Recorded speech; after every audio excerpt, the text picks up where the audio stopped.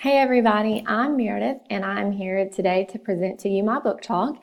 I chose the book Thank You, Mr. Falker, and it is written by Patricia Polacco. She is also the illustrator of this book, so she's pulling double duty on this book.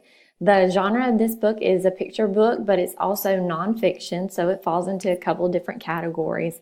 The little girl in this book right here, Trisha, she is finally getting to go to school. She is so excited because going to school means that she's going to learn to read. So it's finally her turn. Her older brother has been going to school, and that's where he learned to read. So she's excited. She's going to school.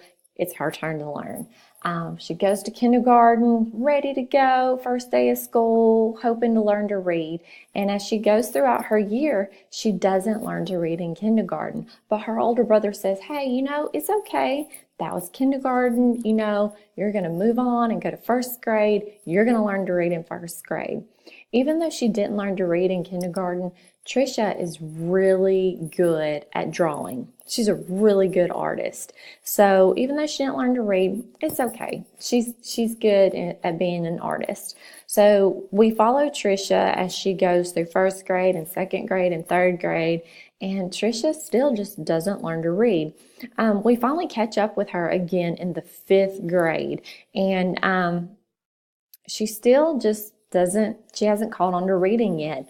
But then enters a new teacher, Mr. Falker. He's new in town. Everybody is super excited. New teacher in the school. What's he going to do? Are we going to like him? Are we not going to like him? Is he cool? Is he not?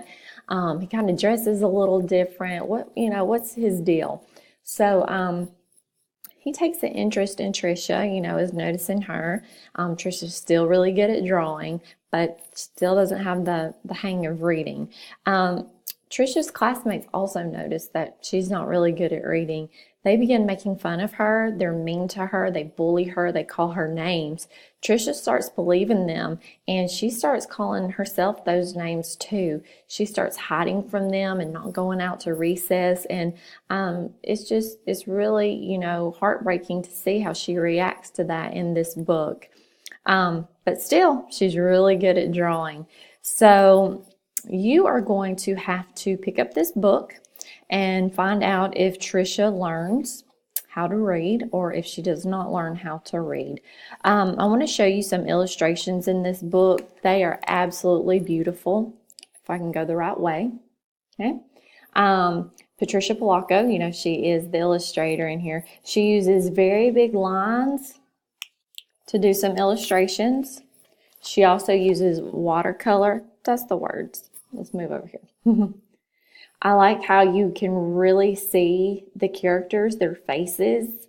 So you can see the expression really well in here. You know that Trisha is very afraid of this bully right now. Let's see if I can find something else.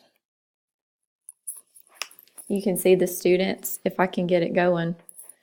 Nope. You can see how well the students are amazed at her drawing.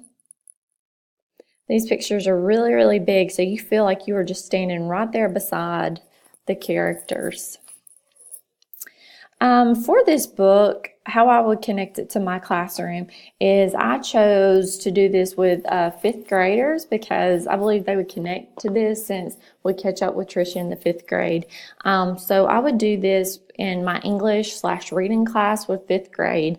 And I would have them read this story. Hopefully I would be able to get some copies, and I would like for them to read this themselves, and I would come back whole group and we would just do some comprehension activities, go through some questions, just walk through the book together and just discuss it as a group.